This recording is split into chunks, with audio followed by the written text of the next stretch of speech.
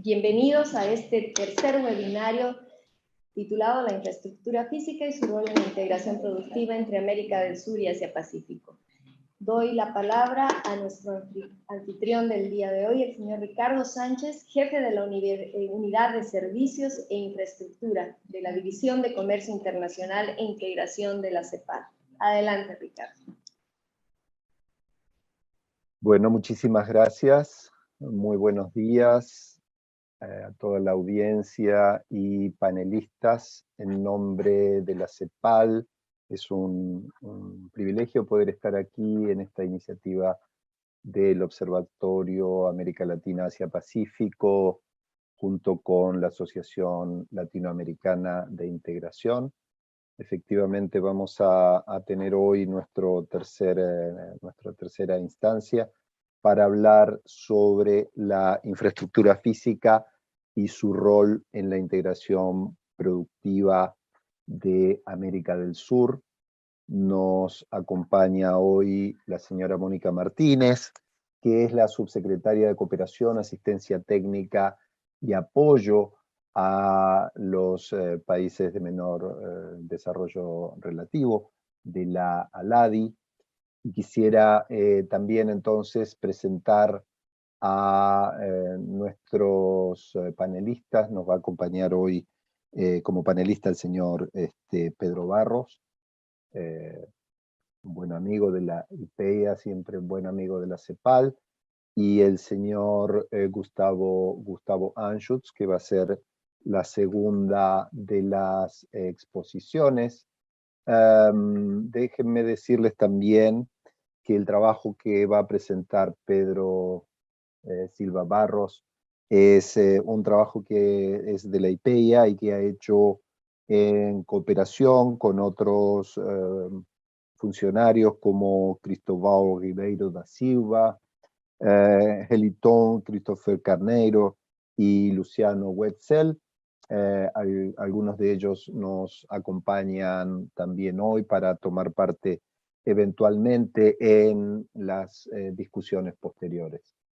Para introducir a Pedro, él es un técnico en planificación e investigación de la IPEA, el Instituto de Pesquisa Económica Aplicada, y actualmente es coordinador del proyecto de integración regional de Brasil y América del Sur. Al mismo tiempo es editor de la revista Tempo do Mundo, y anteriormente fue director adjunto internacional en el 2015 y titular de la misión de Venezuela. Realizó el postdoctorado en la Universidad de Sao Paulo en Integración de América Latina y además se graduó en Ciencias Económicas y Derecho. Fue director de Asuntos Económicos de la UNASUR y primero y único director brasileño de esa institución. Además, profesor universitario en la Pontificia Universidad Católica de Sao Paulo y la Universidad de los Hemisferios. Nos va hoy entonces a presentar el estudio de transformaciones geoeconómicas de América del Sur, Amazonas, Acre y Rondônia, AMACRO, integración regional y Asia-Pacífico. Muchas gracias entonces, don Pedro Barros, el piso es suyo. Adelante. Muchas gracias, Ricardo Sánchez. Es un honor participar de este evento contigo. Saludo a Mónica Martínez, subsecretaria de la ALAD, y felicito también a los organizadores, el apoyo y los colegas que organizaron conmigo este estudio sobre un área muy específica de Brasil que está en la Amazonía, ¿no? Que es como una nueva frontera de desarrollo económico con muchos desafíos también ambientales y una oportunidad importante que es la posibilidad de salida al Pacífico. Y es un poco eso que vamos a comentar el día de hoy. Yo voy a compartir aquí la pantalla. Creo que ya están viendo.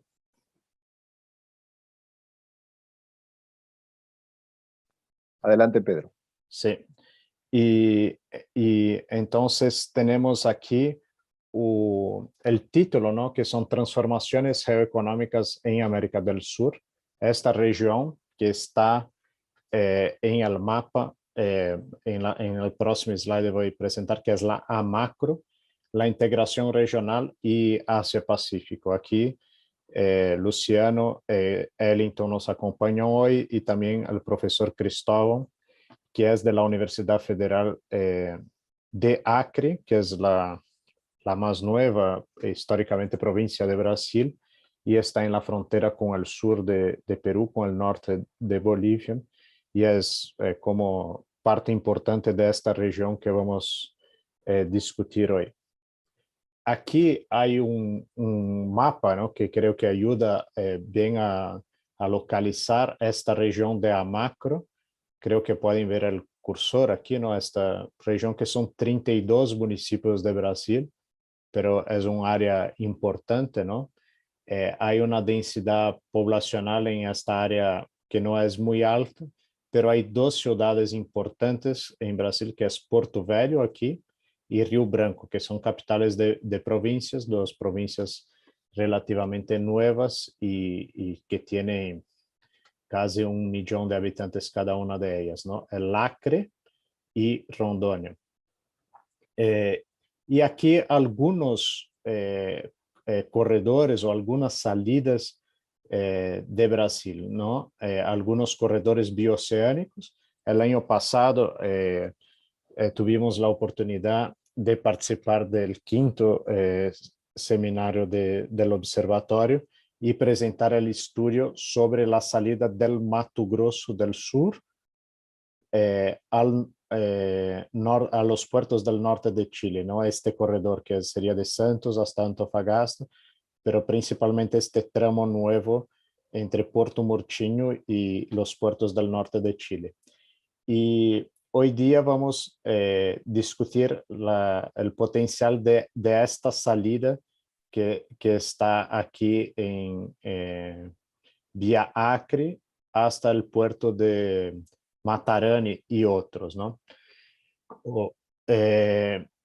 Entonces, hay una predominancia, ¿no? Que es un tema clásico ahí de nuestra infraestructura, una predominancia de carreteras y esta salida, tanto esta salida por Matarani como esta por Antofagasta, de regiones del oeste de Brasil, son viales, ¿no? Por carreteras. Estos proyectos en general están basados en los ejes de la IRSA, que hay una crisis importante de la gobernanza regional en infraestructura después del colapso de UNASUR y del Consejo de Infraestructura y Planeamiento, el COSIPLAN. Desde diciembre del 2017 no hay una reunión entre los ministros de infraestructura, planificación de todos los países de la región, como ocurrieron varias de ellas entre 2000 y 2017.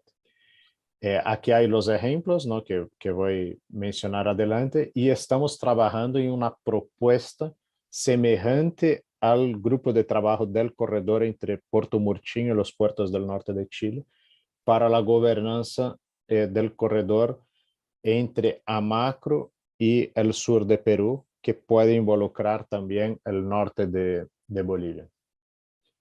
Entonces, ¿qué es esta zona Amacro, ¿no? En Brasil hay, utilizamos algunos acrónimos para hablar de algunas regiones que tienen varios estados, ¿no? Que involucran varios estados. En este mapa está más claro.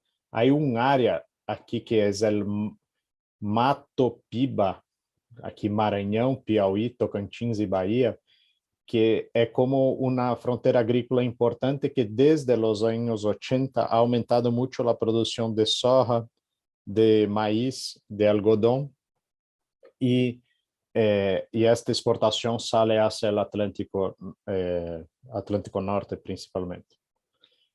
Ahora, en las últimas décadas hubo cambios productivos muy importantes en esta región aquí del Mato Grosso. En el estudio hay los detalles, ¿no? de los datos que son impresionantes del crecimiento económico y principalmente el crecimiento de las exportaciones del Mato Grosso, como ocurrió también con Mato Grosso del Sur. Pero esta expansión agrícola involucró también una deflorestación importante y daños ambientales fuertes, tanto en Mato Piba como en el Mato Grosso, y un aumento también muy intenso en las exportaciones.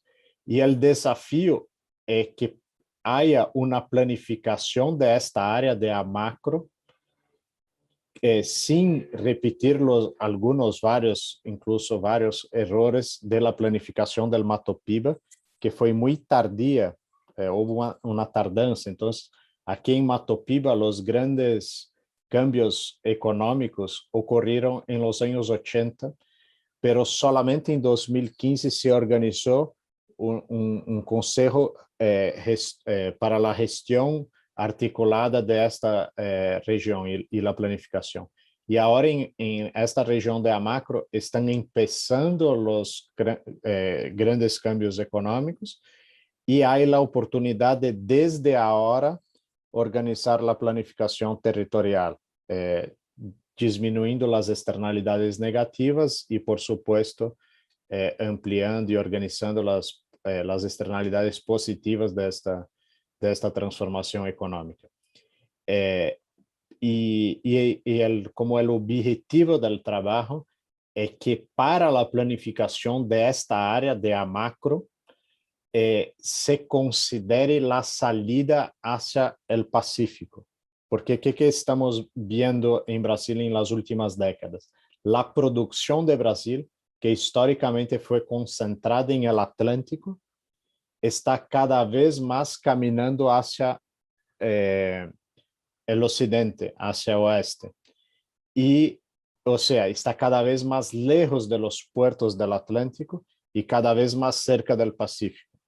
Entonces, por ejemplo, aquí esta ciudad que está en la frontera entre Brasil y Perú, que se llama Assis Brasil, está a 3.800 kilómetros de Santos, donde sale tradicionalmente las exportaciones agrícolas de Brasil, o un poquito más de Paranaguá, que está aquí, que es otro puerto importante nuestro, y está solamente a menos de 1.300 kilómetros de Matarani. Claro, hay los Andes aquí, pero es una diferencia muy, muy importante y significativa. En nuestro trabajo, nosotros buscamos siempre, aquí en las diapositivas, no me voy a concentrar tanto en ellas, pero sé que se queda disponible después en el sitio del observatorio y ayuda mucho quien quiere ver el documento que tiene unas 30 páginas de forma más rápida, puede ver por las diapositivas. Esto ayudará bastante. Pero para nuestra presentación y discusión, creo que los mapas son más importantes. Entonces, ¿qué estamos viendo? Que aumenta mucho la producción aquí en Mato Grosso, aumenta la producción en Rondônia, aumentó en las últimas décadas, empieza a aumentar también de manera fuerte en Río Branco, y hay ahora la posibilidad de salida por el Pacífico, pero también de hacer con que se llegue en Río Branco o en Porto Velho, o lo mismo aquí en Campo Grande o Cuiabá, productos de Perú, de Bolivia, de Chile y del Pacífico, sin la necesidad de ingresar en Brasil por el Atlántico. Un poco eso que es como el desafío y la importancia de este trabajo. Aquí está un puente importante que fue inaugurado este año, o sea, aunque ha disminuido bastante la inversión en infraestructura en la región, estamos en un nivel bajo, ya veníamos de un nivel bajo de la inversión pública en 1,8% del PBI en infraestructura, pero en los últimos pocos años disminuyó un poco más, pero hay algunas obras importantes. Y este puente que fue inaugurado en el último mes de mayo por el presidente de Brasil es un importante vínculo de Brasil con el Pacífico, porque por la primera vez se conecta esta región de Rondônia con el estado Acre sin necesidad de un ferry que había hasta hace 4 meses. Con los puertos, también conecta con los puertos de Perú.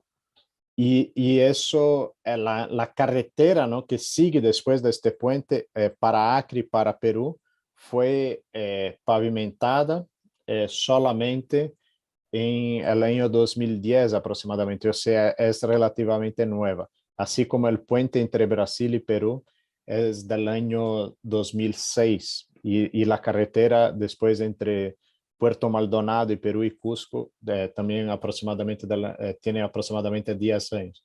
O sea, ahora tenemos la posibilidad de esta salida completamente pavimentada, ¿no?, con la carretera en buenas condiciones.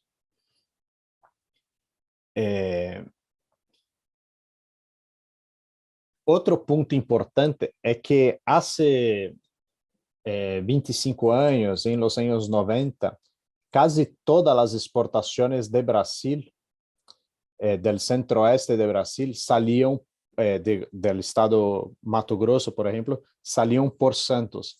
Y no se imaginaba la posibilidad de salida por la cuenca amazónica, porque se decía, por ejemplo, que los granos estarían en una humedad muy alta.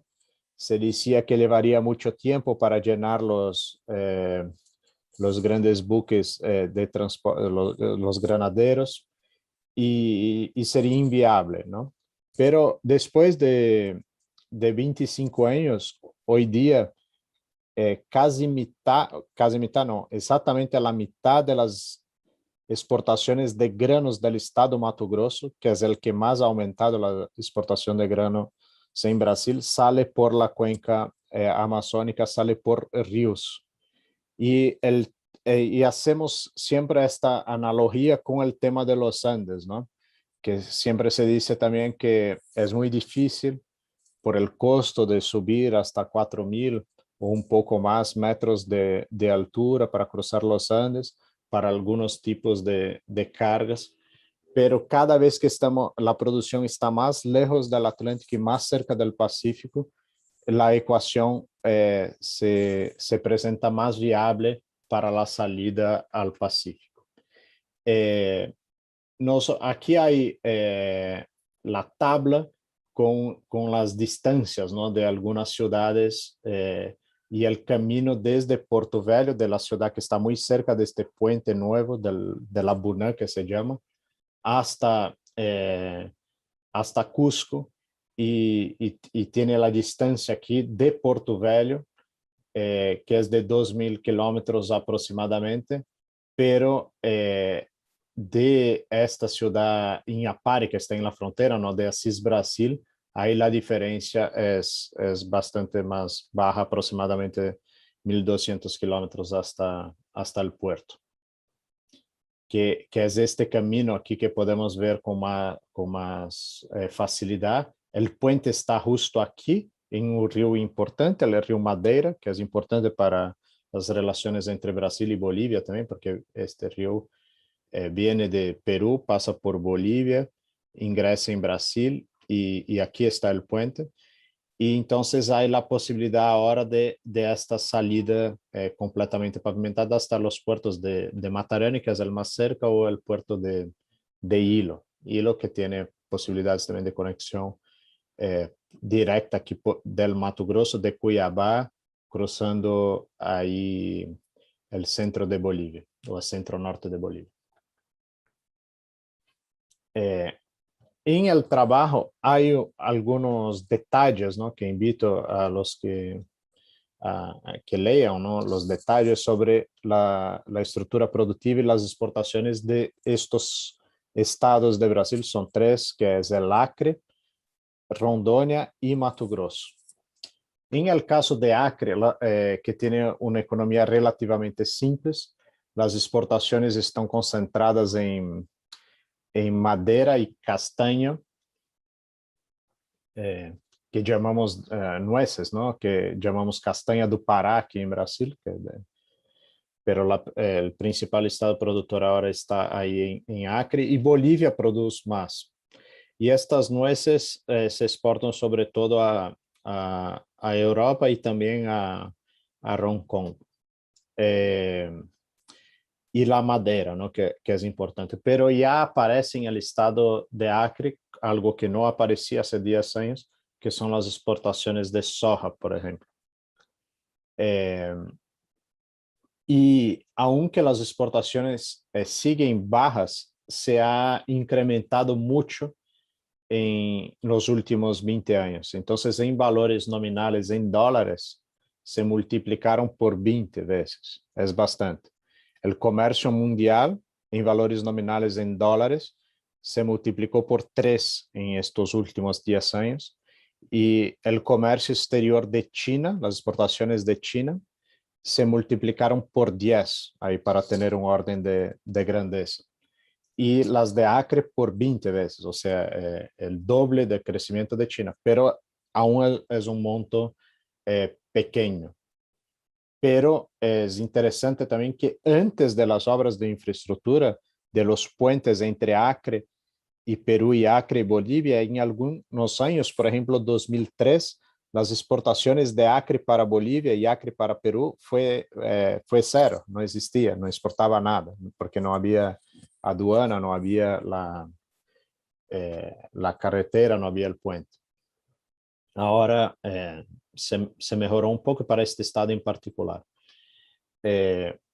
Y aquí un poco por dónde sale, hay toda la discusión por las aduanas que salen, las rutas de salida y cuáles son los mercados. Y vemos que en el caso de Acre, en el caso de Rondônia, en el caso de buena parte de los estados de Brasil, crecientemente hay una que está en el título, ¿no? del trabajo de nosotros, que hay una transformación muy importante que está en como el corazón, el centro del observatorio, ¿no?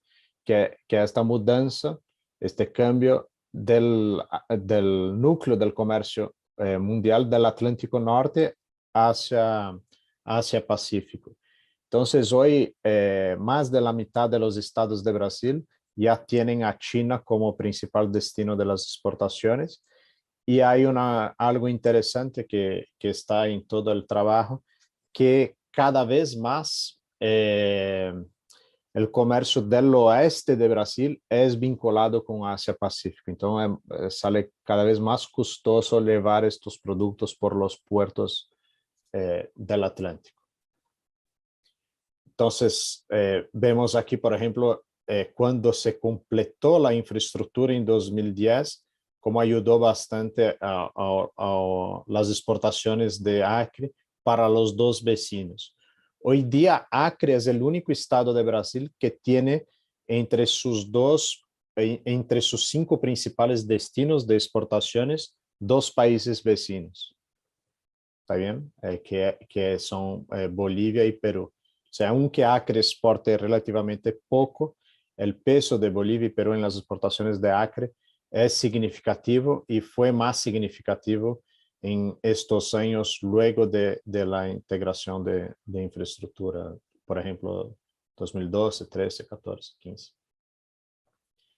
Ahora hay un otro estado que es Amazonas, que está a la parte sur en esta región de Amacro, pero Amazonas tiene una especificidad que tiene un polo industrial tradicional en la ciudad de Manaus, que tiene una importancia alta incluso para las cuestiones ambientales cuando se compara la deforestación entre Amazonas y Pará, que son los dos principales estados amazónicos de Brasil. El modelo de Amazonas ha generado menos daños ambientales que el modelo de Pará, pero las exportaciones de Amazonas, así como las exportaciones industriales de Brasil, no han crecido significativamente en los últimos años. Entonces, si el estado de Acre multiplicó sus exportaciones por 20 en valores nominales en dólares en las últimas 2 décadas, el estado de Amazonas aumentó solamente 2,5%, o sea, Amazonas un poco por debajo del promedio mundial. El caso de Rondônia, ahí también aumentó mucho, son 23 veces en las últimas 2 décadas. Y las exportaciones de Rondônia repiten un poco, ha repetido, ha duplicado. Es muy parecida con lo que ocurrió 15 años atrás, está como 15 años atrasada, pero repitiendo el mismo movimiento de lo que ocurrió con Mato Grosso, que es el más dinámico, ¿no? Entonces, se multiplicaron por 23 veces, que es un punto que es importante. Aquí, cuando comparamos el histórico, podemos ver que hace 20 años era concentrado en madera y hoy día ya está concentrado en carnes y soja y otros granos tienen un peso importante también. Pero esta diferencia es muy importante, que lo que pasó aquí en Rondônia fue en estos 20 años, es muy parecido con lo que pasó en Mato Grosso entre los 80 y 2000, 2005. Y probablemente, si nada cambia, es lo que pasaría en el estado de Acre. Y eso es un poco el desafío, porque este modelo aquí tiene costos ambientales importantes, ¿no? que deben ser considerados. Y un punto importante también, como vimos del estado de Rondônia, más de la mitad de las exportaciones son de carnes. Y ahí vamos a entrar en un rato en algunas especificidades de estas exportaciones de carnes que están aquí. La evolución de la participación brasileña en las exportaciones de carne bovina, vacuna.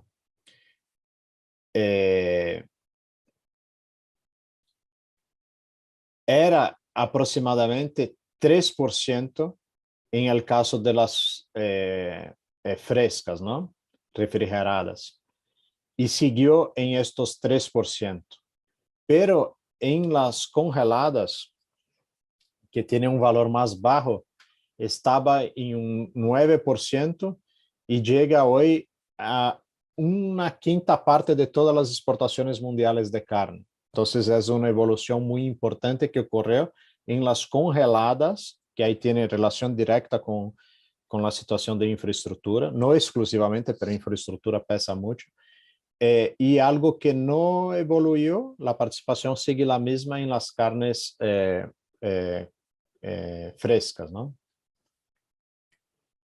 Y ahí después hay una discusión sobre las importaciones también, pero el más importante son las exportaciones.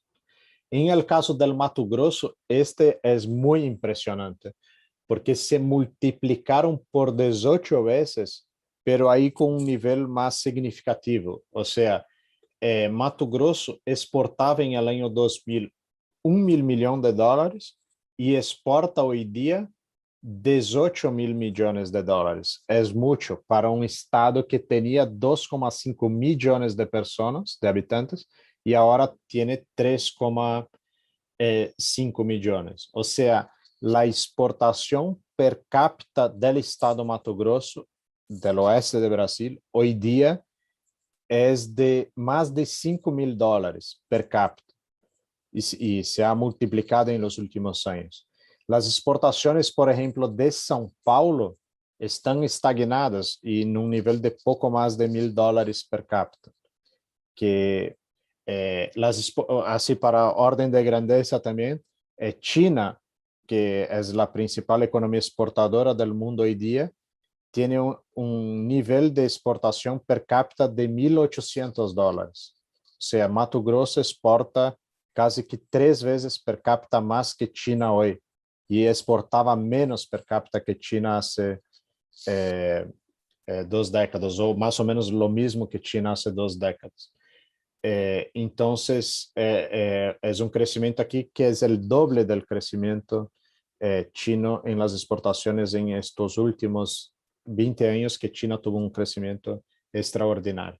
O sea, claro, Brasil tiene 210 o 215 millones de habitantes. El peso del Mato Grosso es pequeño, poblacional, pero es creciente, ¿no? Entonces, Mato Grosso se está acercando a responder solo él por casi 10% de las exportaciones de Brasil, ¿no? Y con una tendencia de incremento. O sea, son regiones que están cada vez más lejas, como ya repetí algunas veces, de los puertos del Atlántico, y cada vez más cerca de los puertos del Pacífico. Entonces aquí es como un resumen. Y hay un punto importante que vale para el Mato Grosso, para Rondônia, para el Acre, que no son solamente las exportaciones, pero estos estados importan también mucho fertilizante, que es un tema que ya conversamos el año pasado sobre el Mato Grosso del Sur. Y los fertilizantes que Brasil importa, Brasil tiene un déficit estructural de fertilizantes entre 8 y 10 mil millones de dólares anuales. Y Mato Grosso importa de Canadá, importa de Rusia, de China, de Estados Unidos, de Bielorrusia, de países que están lejos, ¿no? Y en varios casos de estos fertilizantes, ellos podrían llegar, por ejemplo, por el Pacífico. El caso de los fertilizantes que vienen de Canadá, ellos salen de Vancouver, cruzan el canal o sea, de la costa occidental de Canadá, cruzan el canal de Panamá, llegan por Santos o Paranaguá y van 2.000 para Mato Grosso, 3.000 kilómetros para Rondônia y Acre por carretera, y podrían llegar por el Pacífico y un camino más corto también por carretera, pero con un costo un poco más bajo. Y aquí hay las referencias, ¿no? del artículo, y la referencia principal, que es un libro que publicamos luego, después que adelantamos un poco la investigación en relación a la presentación que hicimos aquí en este espacio del observatorio en el 5º seminario, que es sobre el corredor bioceánico de Mato Grosso do Sul al Pacífico, que tiene más detalles, ¿no? De los que conversamos el año pasado. Aquí se queda referencia. Pero para finalizar, yo regreso aquí al mapa de los corredores para comentar algo que es importante. Puede ser que aparentemente haga una competencia entre los corredores, ¿no? Este aquí del Mato Grosso del Sur, con otros tradicionales aquí por Uruguayana, o por Paranaguá, que llega también en Antofagasta, o este de Cuiabá, que cruza Bolivia y llega hasta, podría llegar hasta Hilo, o este de Acre hasta Matarani. Pero un punto importante que estamos trabajando, o una concepción, es que cuanto más corredores haga entre el Pacífico y el oeste de Brasil, más viables son cada uno de ellos. ¿Por qué? Porque para la salida de la carga de la carne, por ejemplo, de esta región de Brasil, de la frontera aquí con Paraguay, con Bolivia, todo eso, si los puertos aquí de Matarani o Iquique o Antofagasta estén adaptados a recibir carne fresca y exportar más rápidamente, o también recibir los fertilizantes que vienen, por ejemplo, de Canadá, y parte de la carga llegaría en Matarán y parte en Arica o Iquique y parte en Antofagasta. Esto ayuda a viabilizar las diferentes infraestructuras también. Este es un punto importante, que los diferentes corredores son complementares en este cambio estructural de las exportaciones de Brasil, este cambio estructural de geoeconómico en el mundo en dirección a Asia-Pacífico. Y otro punto es que esto puede ayudar, esto enfatizamos mucho en el caso de Mato Grosso del Sur con Chile, por ejemplo, el comercio intrarregional también. Y aquí hay posibilidades también de Perú a Brasil por medio o a través de este camino por la macro. Por ejemplo, aquí en Porto Velho hay aceitunas que vienen de Perú.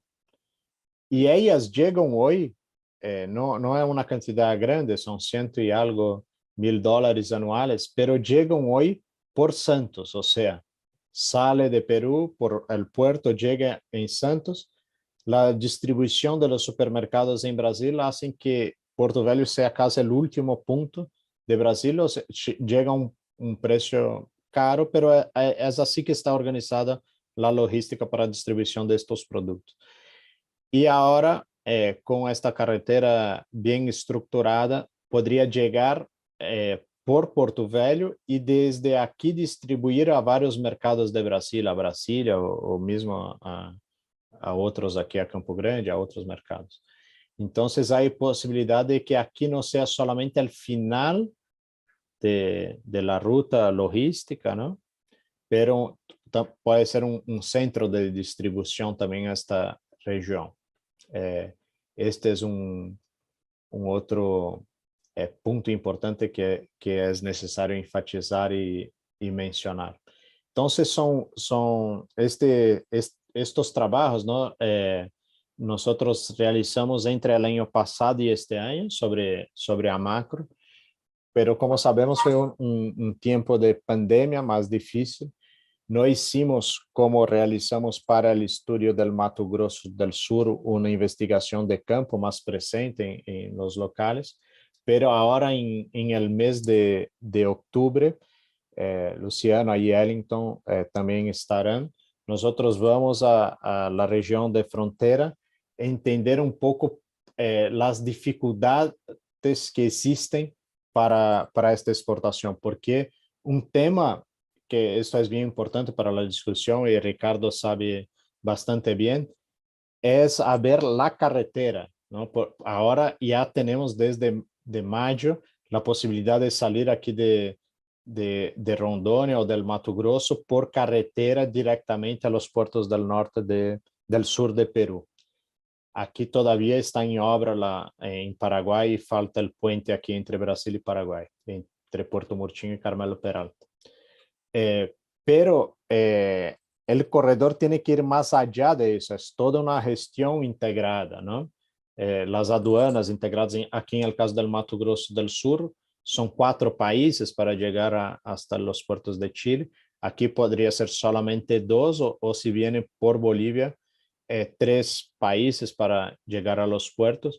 Y nos hace mucha falta esta gestión más integrada, más informatizada, digital, y también otros temas, ¿no? Que hay, que son detalles, pero que muchas veces inviabilizan, que es, por ejemplo, los acuerdos para los transportistas brasileños poderem operar en Perú, así como los peruanos en Brasil de forma igual, equilibrada. También los temas sanitarios, ¿no? Más integración en esta línea. Entonces, Ricardo, Mónica y colegas que nos acompañan, con eso finalizo la presentación.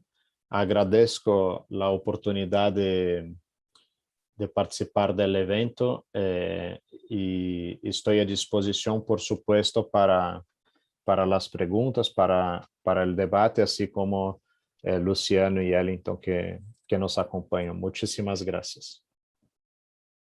Bueno, muchísimas gracias, Pedro. Excelente la presentación. Nos deja sabores mezclados, diría yo, porque por un lado se ve, y para nosotros en mi equipo, en CEPAL, es muy grato ver cuando hace quizás unos 20 años trabajamos en el estudio del impacto del desarrollo de la infraestructura para los países y para la integración regional, pues ahora estamos viendo números que son muy significativos de cómo la implantación de una cierta infraestructura logra efectos ciertamente importantísimos, ¿no? Como has marcado en el aumento del producto, en el aumento de la inserción internacional de países, de áreas de los países que son incluso landlocked, ¿verdad? Es decir, aunque el país tenga costas en el mar, estar a 2.000, 3.000 kilómetros lo convierte también en una región landlocked. Entonces, la implantación de infraestructura permite una conexión que tiene efectos tan significativos como los que has mostrado. Por otro lado, nos deja sabores amargos en el sentido de ver cómo aquellas iniciativas tan importantes de integración regional, como fue la IRSA en su momento, continuado después como intentó, digamos, el COSIPLAN, y que hoy no tenemos esas instancias tan claras de impulso a la infraestructura de integración, que es, me parece a mí, una deuda que la región tiene consigo misma y que deberíamos ver cómo recuperar, ¿verdad? Porque acá estamos viendo que efectivamente esas cosas sirven a la integración y al desarrollo.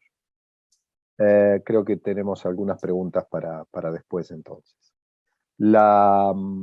Así como el enfoque de la presentación del estudio de los 4 colegas de IPEA en la presentación de Pedro miraba a la conexión con el Pacífico, vamos a escuchar ahora la segunda presentación que apunta más hacia el Atlántico, ¿verdad?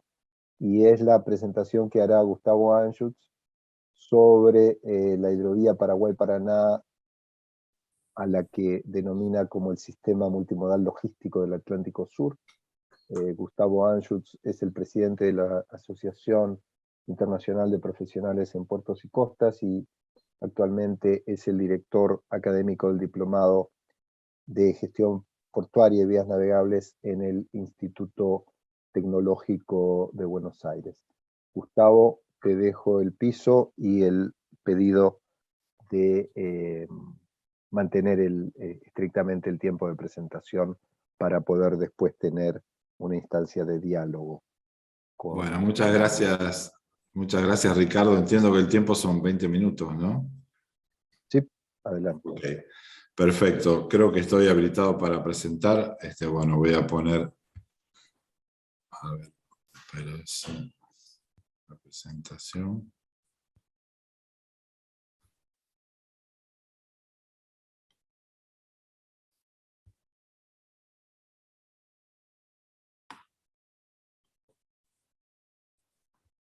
¿Se ve bien? Quería ver si me escuchan y se ve bien primero, por favor. Muchas gracias. Escuchamos y vemos bien. Muchísimas gracias por la invitación. Bueno, todo lo que podamos contribuir, tanto al ADI como al observatorio, desde ya creo que es un deber, porque gestionar el conocimiento entre todos creo que es lo que puede aportar al futuro una mejora para la implementación de los proyectos. Bueno, nosotros, aparte de la asociación, desde la consultora AIC, digamos, tenemos 60 estudios realizados en 10 años de logística de cargas, que incluye primero puertos, pero hemos trabajado en corredores multimodales logísticos o bioceánicos, en casi todos, el bioceánico central, el Pehuenche al sur de él, por el paso Pehuenche. Hemos trabajado en lo que se llama el corredor Capricornio, hemos hecho el Plan Maestro de Barranqueras, bueno, y recientemente un trabajo muy importante de desafíos de casualmente competitividad y del comercio exterior de entre Bolivia y Paraguay para LADI y Fonplata, un trabajo que se acaba de terminar y que se está publicando. Entonces yo quería dejar acá una idea conceptual basada en lo que nosotros creemos, basado en todas estas experiencias, porque es dificultoso a veces implementar estos corredores en obras realmente concretas, ¿no? O sea, que se concreten los mismos. Por empezar, nosotros hacemos estudios de viabilidad, o sea, buscamos proyectos que sean viables, logísticos y de transporte, y buscamos la sustentabilidad, o sea, no solamente habría que hablar de que esto sea sustentable desde la misma concepción de la palabra, medioambiental y socialmente aceptable, pero también tienen que ser proyectos económicamente rentables, ¿no? Y comercialmente y también estratégicamente para políticas públicas que sean realmente aceptables, porque muchas veces los proyectos cumplen estas condiciones, pero en ese momento en la agenda de algún país, a lo mejor políticamente no es prioritario o no se lo ve, entonces hay que hacer un trabajo muy importante en estimar también los beneficios que tiene para cada uno de los países, ¿no? Bueno, básicamente nosotros tenemos hace 10 años implementado un modelo que se llama modelo de competencia de cadenas logísticas, que ha sido aprobado en varios organismos. INALOC de Uruguay, hicimos un estudio macro logístico de todo el país, también en varias provincias argentinas. Recientemente, en un estudio del Plan Estratégico del Sistema Portuario Argentino, adjudicado por el Banco Mundial, se hizo una modelización de toda la región y todo el país para todo el sistema portuario.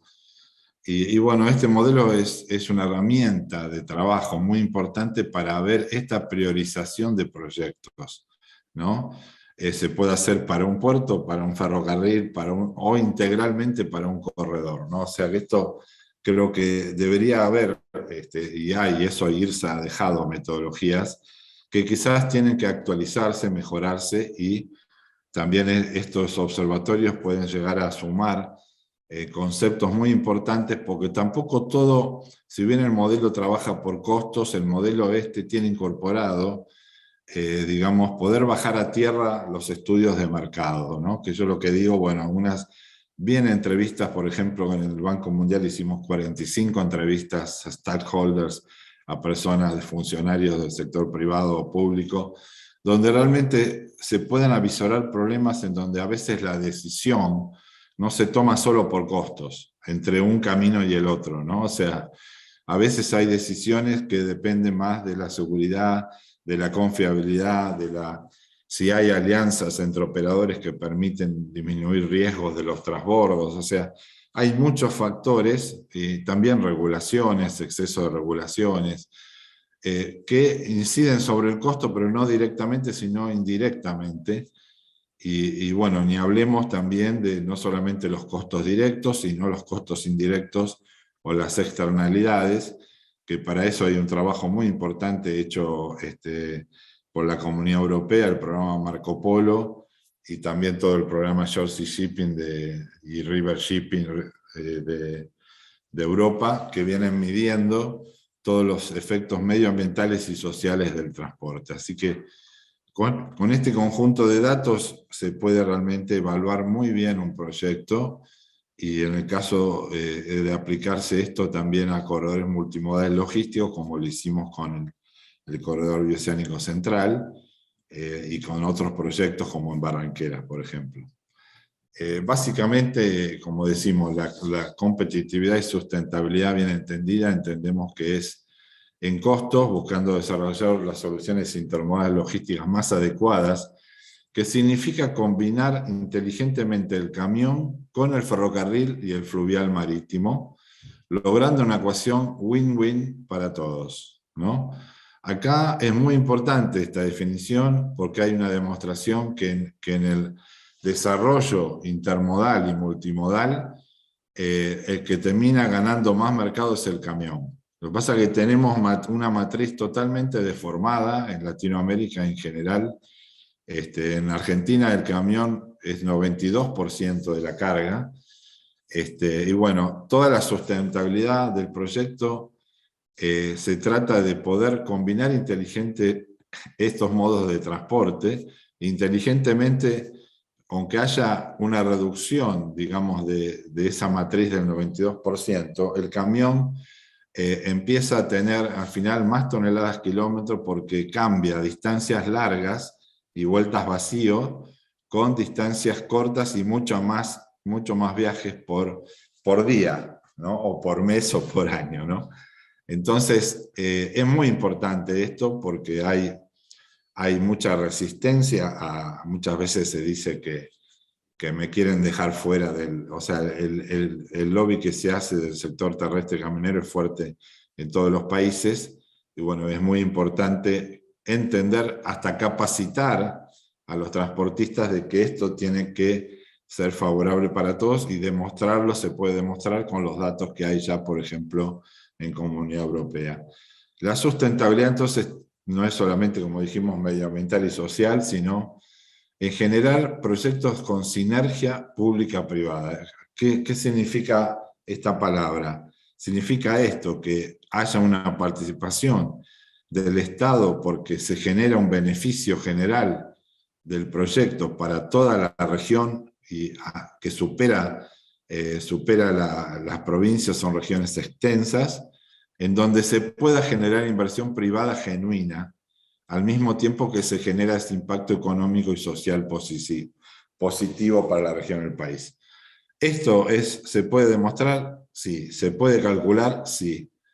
¿Se puede hacer luego de eso una concertación estratégica para este proyecto con funcionarios privados y grupos privados? Sí se puede hacer. Bueno, quizás esas son cosas que también en la planificación hay que tenerlas en cuenta, y por eso a veces no se puede pasar de la planificación a la implementación. O sea, el equilibrio competitivo y sustentable es lo que buscamos.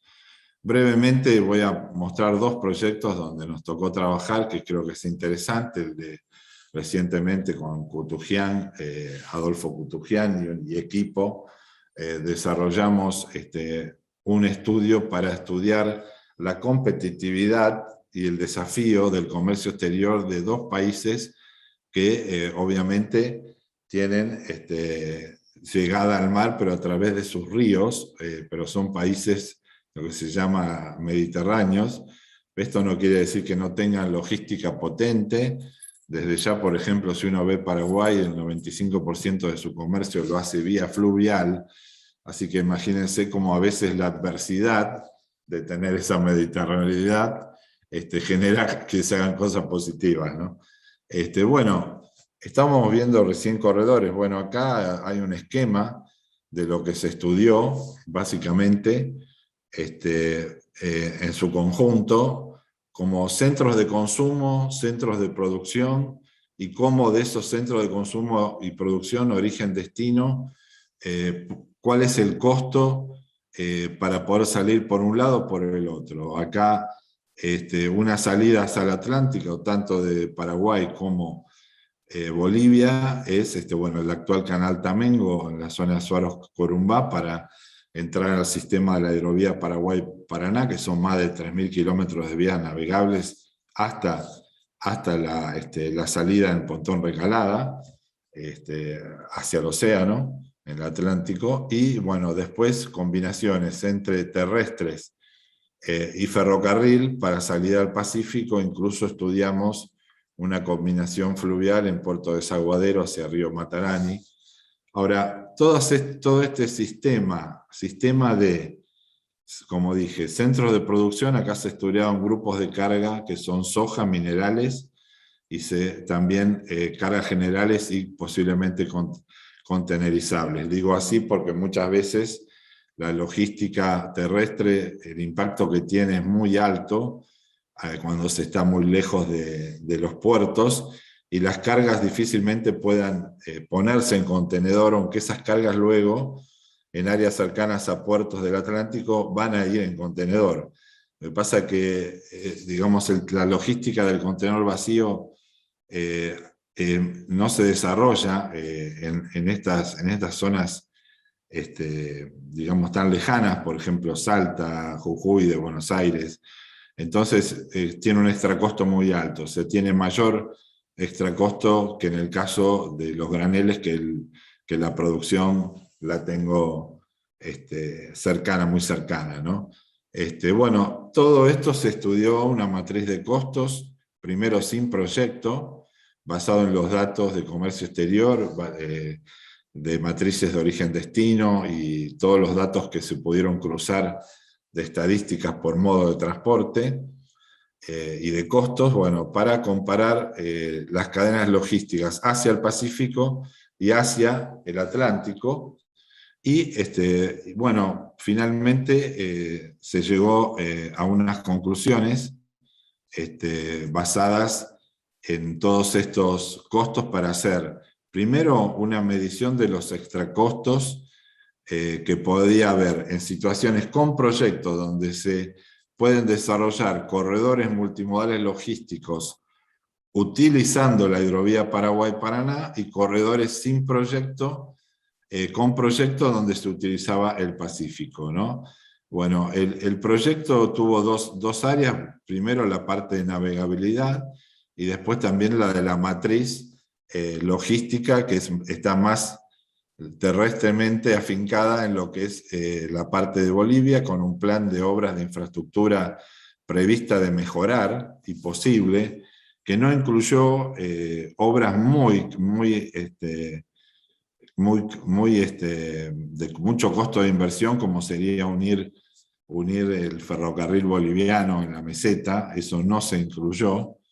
Pero bueno, se obtuvieron resultados de que podía haber solamente de costos directos, extracostos de $18 la tonelada, que representarían 180 millones de dólares anuales, que todos los años, si no hacemos un proyecto, se pierden, ¿no?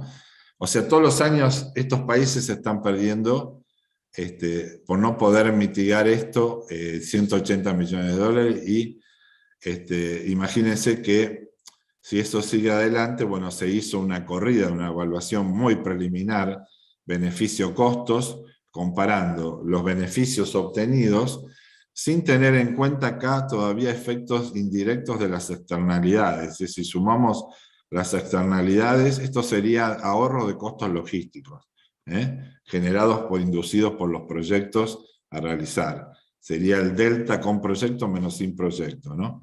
Y bueno, en ese sentido, digamos, se podrían mitigar hasta 360 millones de dólares en 5 años.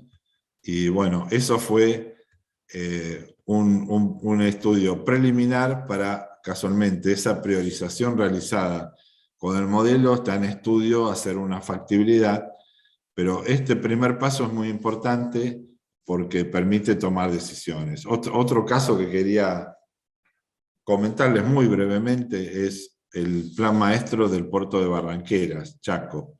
Complejo Barranqueras-Vilera, para ser más preciso, porque son 18 kilómetros de navegables del Riacho, que ahora, justo después de muchos años, se va a empezar a cumplir el 1, que es la gestión sustentable del acceso náutico de Barranqueras-Vilera, que nunca se había dragado bien, y ahora se va a mantener a 10 pies más 2. Hay un contrato de concesionamiento a Jan de Null por 20 años.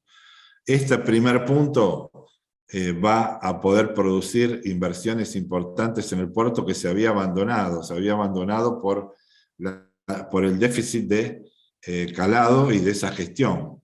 Esto va a otorgar, es mucho más que dar la profundidad necesaria que necesitan las terminales ya existentes. Esto es dar seguridad de embarque a todo el no argentino. O sea, saber que se llega ahí y que va a haber barcazas y que va a haber profundidad. O sea, la razón de este 92% en parte es que no existía un puerto que diera una facilidad en cuanto a esto. Ahora, fíjense que la primera parte, en eso fue en el año 2010 que se hizo el plan, primero recuperación de la función portuaria, o sea, primero tenía que ser un puerto, pues si yo no tengo dragado, no tengo capacidad, bueno, primero tengamos un puerto, ¿no? Esa es la cosa bien básica, ¿no? Con un ordenamiento de suelo, con una autonomía de gestión. Se hizo el borrador de decreto que lo hizo la administración ahí autónoma. Todo esto es muy importante porque hablamos de corredores, pero también si cada uno de los nodos logísticos no está bien gestionado, va a generar un extra costo, ¿no? Y después viene lo que se llama la incorporación de la función logística o la integración logística de los puertos. Ya no se puede hablar más de puertos sin integración logística a estos corredores que integran la logística terrestre con la logística fluvio-marítima. Un dato reciente del relevamiento del estudio del Banco Mundial que hicimos, dice que en la región del norte, la logística terrestre en el total de costos representa entre el 70 y el 80% del total. El resto es lo marítimo fluvial. O sea, fíjense que si yo de Salta quiero exportar a China granos, bueno, o qué sé yo, carga general, tabaco o porotos, bueno, el 80% de ese costo es terrestre.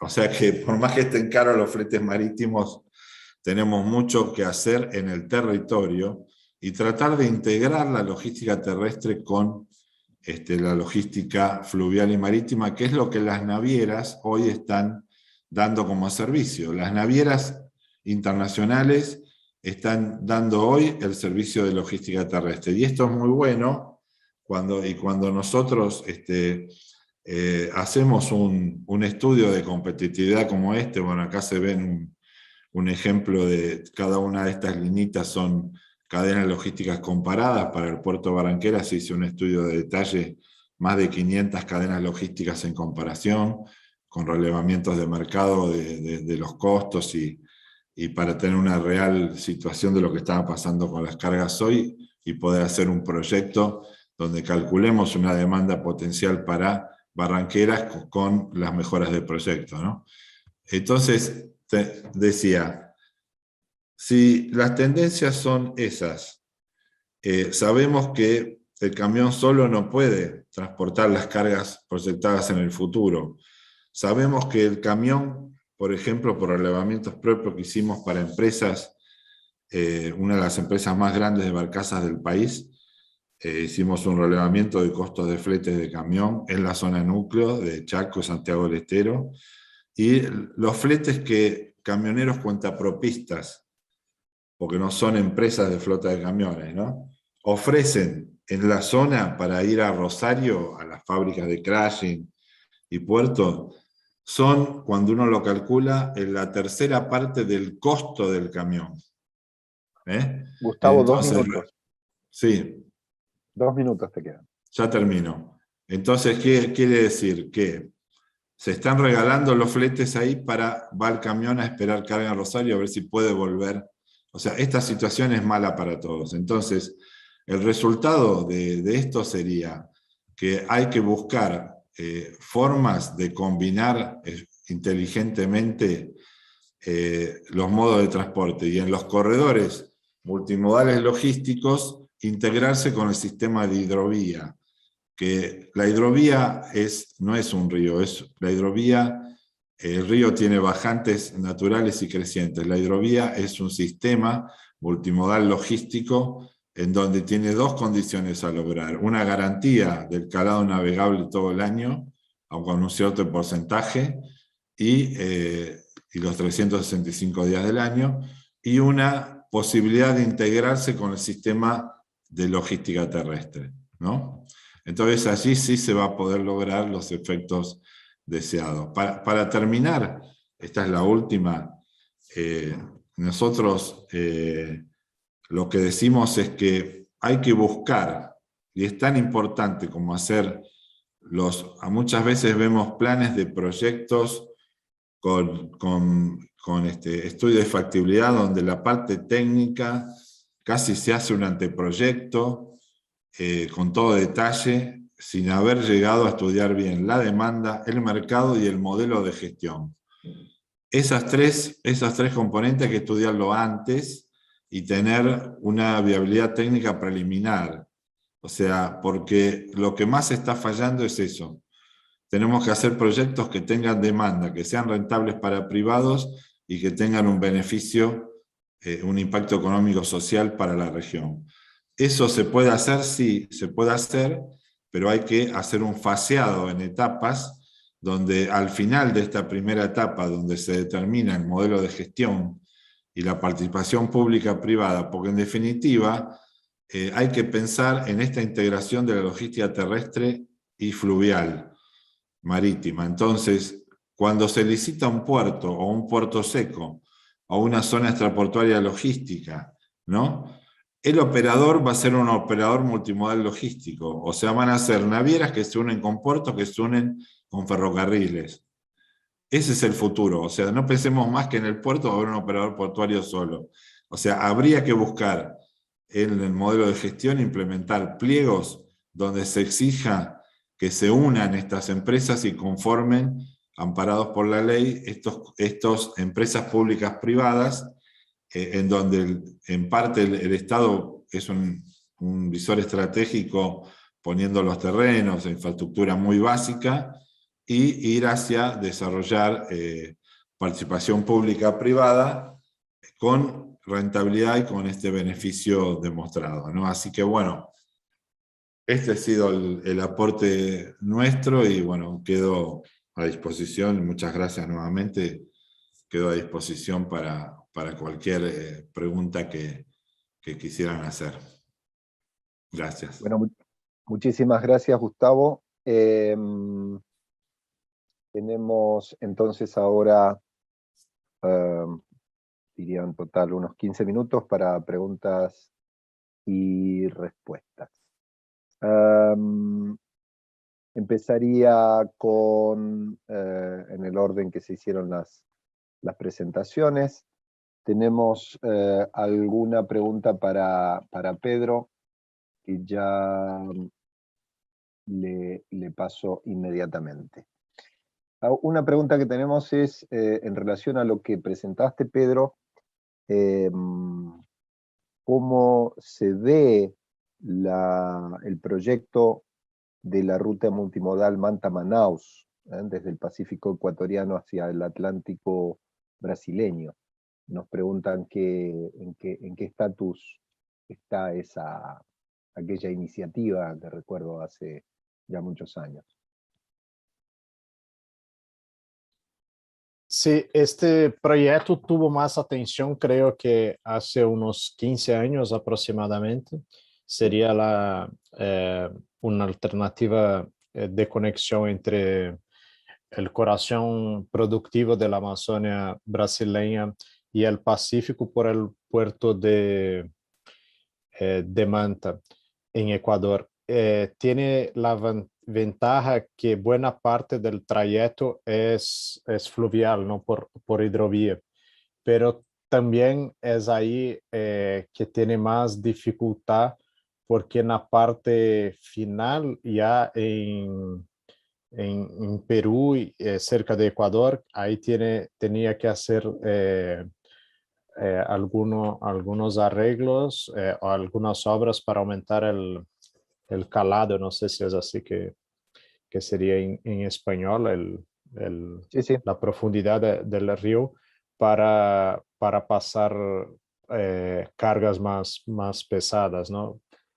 En verdad, como comenté, todos estos corredores son complementarios, ¿no? Entonces creo que ayudando a medida que algunos se viabilicen, como es el caso del Mato Grosso del Sur y ahora de la Amacro al sur de Perú, ayudan a viabilizar otros. Este tiene la ventaja que sería la conexión directa con Manaus, y Manaus tiene también la salida directa al Atlántico por el río Amazonas, y ahí desde Manaus es completamente navegable, es casi un océano ahí la posibilidad de navegación desde Manaus. Yo no comenté, pero en aquel mapa que está en el artículo, en el documento, el mapa 1, tiene hasta el punto de la puente de la Bunán, es totalmente navegable desde la Foz, desde la salida del Amazonas con el océano, el encuentro del Amazonas con el océano en Belém y Macapá, hasta Porto Velho, ya es perfectamente navegable. Entonces, este corredor también tiene esta ventaja de conexión bioceánica, ¿no? No es solamente un tema de una parte del oeste de Brasil con el Pacífico, sino de forma multimodal la conexión con el Atlántico. Entonces, con eso también felicito, bueno, saludo a Gustavo y felicito por la presentación, por enfatizar este tema multimodal, que fue una de las debilidades de la IRSA y del COSIPLAN, que un porcentaje muy bajo de la cartera, ¿no?, que tenía más de 500 proyectos, trabajaba con la multimodalidad. Y este sería una de las claves para avanzar en la competitividad logística de la región. Esta integración entre hidrovía, con los desafíos que existen, ¿no? Por la sequía, por ejemplo, este año en Paraguay, es importante tener toda una red de... Nosotros utilizamos mucho el término corredor, que no sé si sería el más adecuado, probablemente no, pero es así que está en la declaración presidencial del 2015 sobre el corredor entre Mato Grosso del Sur y los puertos del norte de Chile. Pero la idea para trabajar en términos regionales sería una red de varias posibilidades de conexión, ¿no? Y eso también, que otro tema que estamos trabajando en el IPEA, es un nuevo desafío para los puertos del Atlántico, que no están pensados para la conexión y trabajar con la posibilidad bioceánica y la integración con los puertos sudamericanos del Pacífico, ¿no? Entonces, los puertos del Atlántico y del Pacífico. Es eso, Ricardo. Gracias por la Gracias, pregunta. gracias Pedro. Tengo otra pregunta para ti respecto al esquema de financiamiento del proyecto que presentaste. Si nos puedes comentar algo.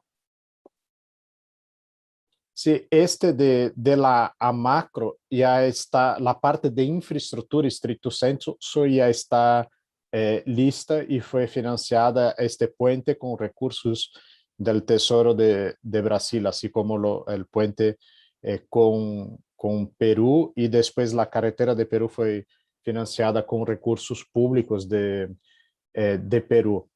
En el caso del corredor del Mato Grosso del Sur, ahí hay el puente es financiado por Itaipu Binacional, la hidroeléctrica que es mitad de Paraguay y mitad de Brasil, y, y los estudios de factibilidad, de viabilidad de la carretera en el Chaco Paraguay fue financiado por el BID, los estudios, y hay varias instituciones, incluso el Fomplata, financiando algunos tramos de esta carretera Transchaco, que es muy importante para aquella región occidental o del norte de Paraguay. Pero el financiamiento en el sentido de los múltiples proyectos de la región son otro reto, otro desafío bien importante, ¿no? Hay algunas novedades, por ejemplo, en el mapa 1 también hay la conexión vial que llamamos nosotros el Arco Norte, que está allí en la frontera entre el estado Roraima de Brasil, que está en la frontera con Venezuela, pero la salida por la Guiana. Y fue anunciado por el ministro de Economía de Brasil hace un mes aproximadamente, que el nuevo Banco de Desarrollo, el Banco de BRICS, ¿no?, NDB, financiaría a la carretera, hay la carretera y un puente sobre el río Esequibo, que es un otro punto. Pero para cerrar esta respuesta, quería comentar algo que es bien importante sobre la conexión de nuestra región con Asia-Pacífico. Es que, en general, principalmente después del colapso de Coziplá y IRSA, pero antes también, los países hacen las tratativas de forma bilateral, principalmente con China, ¿no? Que es el país emergente más grande del mundo. Y sería mucho más adecuado recuperar la articulación regional para negociar estos proyectos de integración de forma conjunta, ¿no? Tanto para los temas de garantías, como también para poner en estos proyectos todo el potencial que hay de integración intrarregional, porque la infraestructura tiene esta característica. Mucho se criticaba en relación a IRSA, que sería solamente exportación de productos básicos y todo eso, pero es esta misma infraestructura que tiene el potencial de fomentar el comercio intrarregional que ha caído en los últimos 6, 7 años, y en particular el comercio de Brasil con los vecinos ha caído en estos últimos años. Entonces, la negociación más articulada de la región con los instrumentos financieros extrarregionales sería un tema importante. Y el banco de BRICS, el nuevo Banco de Desarrollo, podría tener un rol ahí también, que es algo que debemos considerar y estar atentos en los próximos meses y años. Gracias. Bueno, gracias. Como nos estamos quedando ya sin tiempo, tengo una pregunta que es para ambos panelistas y una pregunta general para Gustavo en particular. La pregunta general tiene que ver con el tremendo aumento de fletes marítimos que se están viendo en el mundo. Se habla mucho de este tema, en particular del aumento de fletes de contenedores. En algunos casos se ha multiplicado por 6, 7, 8, 9, 10 veces en un año, pero con menos publicidad, pero hay que destacarlo, también los fletes de commodities se han multiplicado, en muchos casos por 5 o 6 veces. Entonces, la pregunta para ambos es, lo más breve posible en la respuesta, ¿qué relación encuentran entre este tremendo aumento de los fletes y las posibilidades de esta mejor integración regional que se está planteando desde el punto de vista multimodal? Para Gustavo en particular, como habrás visto en el chat, te preguntan por la situación de la hidrovía en general, y en particular sobre los cambios ocurridos en Argentina, o en el tramo argentino de la hidrovía. Sí. Así que en el orden que ustedes quieran. Y finalmente, Bueno. también darle al final la oportunidad a Mónica, o a Ladi en general también, por supuesto, de intervenir. Gracias.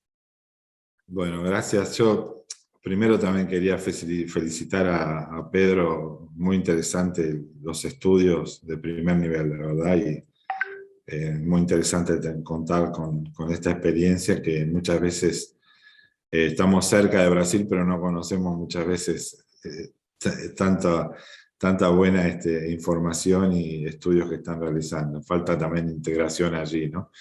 Bueno, con respecto a la pregunta, yo voy a poner un caso: que suban los commodities es muy bueno para la región, porque en especial hay valores que eran muy bajos que hacían inviable el transporte, el caso del mineral en Corumbá, por ejemplo. Entonces, bueno, si uno hacía la relación de costos con el flete, no cerraba y ese proyecto estuvo parado muchas veces. Y bueno, por eso se están también buscando combinaciones inteligentes ovo, con combinaciones de embarques de soja, con mineral también, y bueno. O sea que por un lado que los commodities suban es bueno, porque hay una mejora de competitividad de la exportación de esos productos en lugares tan alejados.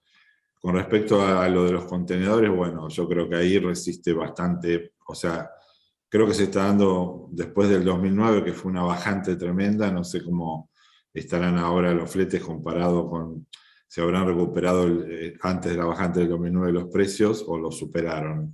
La verdad no estoy, con respecto a los contenedores, no estoy tan informado, pero bueno, sí, obviamente que resiste más el valor dólar tonelada que hay dentro de un contenedor, es mucho mayor que un commodity y no inviabilizaría, no creo que haga inviable el transporte todavía, pero bueno, habría que estudiarlo. La otra, finalmente, la situación que está hoy, el tema de la hidrovía, sobre todo el concesionamiento de la hidrovía Santa Fe-Océano, lamentablemente, digo, porque conozco mucho el tema, fui 15 años jefe de estudio y proyectos de Hidrovía Sociedad Anónima del concesionario, y luego les cuento una anécdota muy corta.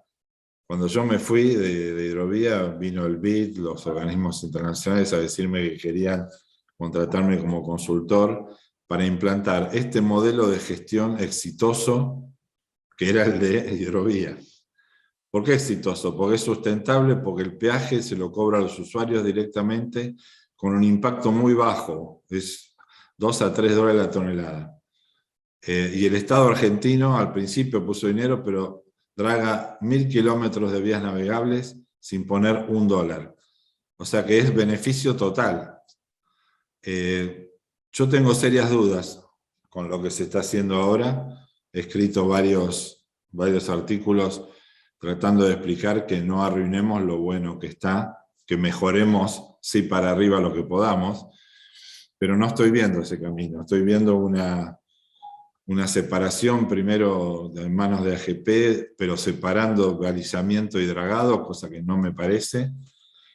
Segundo, que el Estado le va a pagar a la concesionaria y no cobra directamente a los usuarios, cosa que tampoco me parece puede ser una solución temporaria hasta que se haga una licitación por lo menos a 20 años. Y es un riesgo porque sobre la hidrovía tiene más de 100 millones de toneladas por tener un sistema sustentable de dragado que le permite tener un calado y le da una seguridad a los usuarios. Lo que estamos hablando de la fiabilidad del corredor multimodal, bueno, acá la fiabilidad de la garantía de calado, ¿no? De un servicio, de una calidad de servicio que se cumplió siempre en los 15 años que ha estado desde el 2005, ¿no? Entonces, bueno, no se entiende, esto no se entiende, pero creo que espero, soy optimista, pienso que se va a cambiar esto para la licitación larga. Ahora hay como una transición. Yo espero que en la licitación larga se vuelva al sistema normal, ¿no? De concesionamiento integral que ha dado buenos resultados. Bien, muy rápido sobre el tema de los precios. Es también una gran oportunidad para la región, creo, que el aumento de los costos de transporte, de los fletes, en particular para las largas distancias, ¿no? Que están en los mercados consumidores en relación a las regiones productoras. Esto puede ser también un incentivo para la región viabilizar alternativas logísticas más cortas, y una de ellas, evidentemente, para el caso brasileño y del oeste de Brasil en particular, sería la salida al Pacífico, ¿no? Entonces, este es un punto, viabilizar alternativas logísticas que en el momento de bonanza económica de la región y fletes muy baratos, no hacía falta, pero ahora quizá con el aumento de los fletes empiece a hacer falta este punto de las salidas más competitivas, ¿no?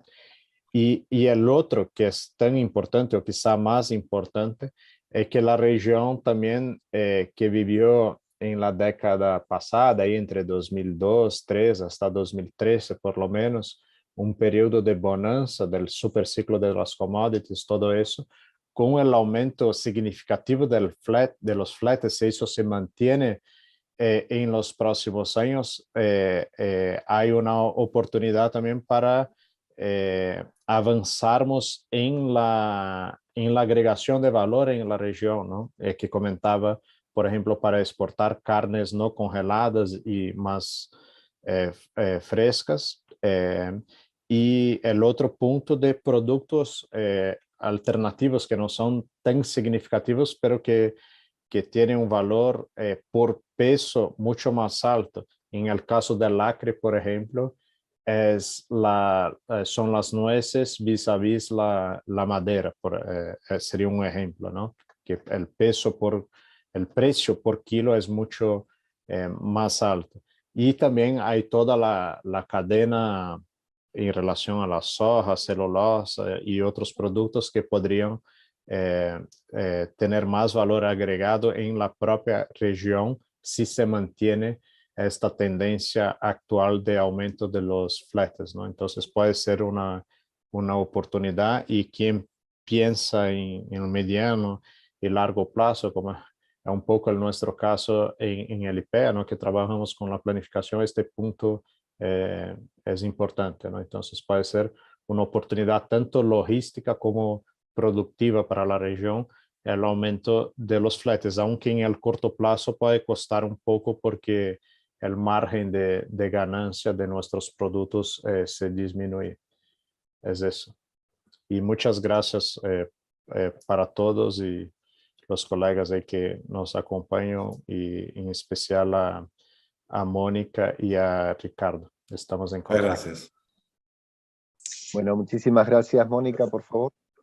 Muchísimas gracias, realmente para la LADI un honor tener expositores de este nivel. Alguien ponía en el chat, dice, se aprende mucho, y la verdad es que en estos seminarios se aprende mucho. En nuestro caso, si bien estamos hablando de la relación, conexión América Latina, Asia, Pacífico, yo diría también es como un llamado de atención a la integración latinoamericana, a lo que decía Gustavo, ¿no? Esta necesidad de integrarnos, de entender las oportunidades que brinda un sistema, una cadena logística competitiva, y en eso, bueno, yo voy a tomar la palabra para invitarlos a ustedes a otros foros. Con Gustavo ya hemos tenido el gusto de que nos acompañe dentro del programa de apoyo a los países de menor desarrollo económico relativo, perdón, es un nombre larguísimo, se resume en PMDRs, pero es un nombre muy largo. Pero también van surgiendo ideas de trabajo que se puede seguir haciendo en ALADI, sin duda cooperando con la CEPAL. Así es que nuevamente mi agradecimiento con todos, y estamos a las órdenes. Mónica ya va a dar la última intervención de lo que serían detalles de administrativos y de cierre. Muchas gracias con todos. Gracias. Muchísimas gracias a todos. Efectivamente, Ricardo, muchas gracias, nuestro anfitrión de oro, nuestros invitados, a Pedro, a los coautores de su trabajo, a Gustavo también por esta excelente presentación y esa combinación de los dos temas que han sido tan interesantes el día de hoy, y que, bueno, son o ameritan una continuación dentro de lo que son los objetivos y la perspectiva del observatorio. Si, Ricardo, tú quisieras dar unas palabras de cierre antes que yo pueda dar los detalles del próximo seminario, pues te cedo la palabra. Bueno, muchísimas gracias, ¿no? Muy brevemente, para otra vez agradecer la oportunidad, este trabajo de tanto tiempo conjunto de ALADI y CEPAL, y bueno, agradecer que nos sigamos apoyando, en el caso personal ya más de 20 años, así que siempre ha sido muy provechoso y esperamos poder continuar así, por supuesto, y además continuar con el éxito de estos webinarios que se han organizado desde el observatorio, ¿no? Así que nos vemos en la próxima. Gracias Ricardo, gracias a todos. Quiero repetir para muchos que están haciendo las preguntas, para muchos de nuestros participantes, las presentaciones juntamente con el trabajo de Pedro estarán a disposición en la plataforma del Observatorio América Latina Asia Pacífico. En una de las, hace un momento, la subsecretaria Mónica Martínez compartió con todos ustedes el vínculo a esta plataforma. La vuelvo a compartir para que la tengan todos nuevamente. Las presentaciones serán subidas, así que vamos a estar pendientes de sus consultas. Para la próxima semana tenemos el cierre ya de este ciclo de webinarios que ha sido muy exitosa por la participación, los registros y los comentarios que hemos recibido de todos los participantes. El webinario 4 estará enfocado en China, América Latina, la pandemia del COVID-19 y la administración BIM. Tendremos ahí tres exposiciones y bueno, los invitamos a participar, a quienes están registrados, a quienes no se han registrado, pueden hacerlo a través de la plataforma del observatorio. Y sin más que decirles, quiero agradecerles y desearles una excelente jornada a todos. Muchas gracias. Muchas gracias, adiós. Muchas gracias, chao, gracias. Chao. Chao, saludos.